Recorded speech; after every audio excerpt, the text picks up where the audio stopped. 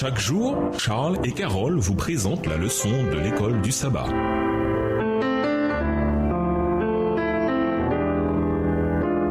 Bienvenue dans votre émission. Dieu nous parle. Nous voilà à la leçon de jeudi, la rencontre éternelle. Lisons 1 Corinthiens 15, versets 51 à 55. Quel mystère 1 Corinthiens 15, verset 51, Paul explique-t-il? 1 Corinthiens 15, versets 51 à 55. Voici, je vous dis un mystère. Nous ne mourrons pas tous, mais tous nous serons changés en un instant, en un clin d'œil, à la dernière trompette. La trompette sonnera et les morts ressusciteront incorruptibles. Et nous serons changés. Car il faut que ce corps corruptible revête l'incorruptibilité et que ce corps mortel revête l'immortalité. Lorsque ce corps corruptible aura revêtu l'incorruptibilité et que ce corps mortel aura revêtu l'immortalité, alors s'accomplira la parole qui est écrite: la mort a été engloutie dans la victoire. Ô mort, où est ta victoire? Ô mort, où est ton aiguillon? Certains prédicateurs populaires suggèrent que ce mystère, 1 Corinthiens 15, verset 51, est l'enlèvement de l'Église qui est censé se produire 7 ans avant le retour glorieux de Christ. Lors de cet enlèvement secret, les chrétiens fidèles seront soudainement, silencieusement et secrètement enlevés au ciel, tandis que tous les autres resteront là à se demander ce qui leur est arrivé. Les gens se retrouveront tout à coup dans une voiture sans conducteur, parce qu'il a été enlevé au ciel, et tout ce qui restera d'eux, ce seront leurs vêtements. La série a succès en 16 volumes. Left Behind, paru en français sous le titre Les survivants de l'Apocalypse, adapté en 4 films, a fait la promotion de cet enseignement fallacieux, en atteignant ainsi des millions de personnes. Bien entendu, aucun passage biblique ne soutient une distinction aussi artificielle entre l'enlèvement et le retour de Christ. Le mystère qu'évoque Paul renvoie simplement à la transformation des justes qui sont vivants pour rejoindre les justes ressuscités lors du retour de Christ. Voilà ce qu'est l'enlèvement. Il n'y a pas d'enlèvement secret, car le retour de Jésus sera visible aux yeux de tous les êtres humains vivant à ce moment-là. Apocalypse 1, verset 7.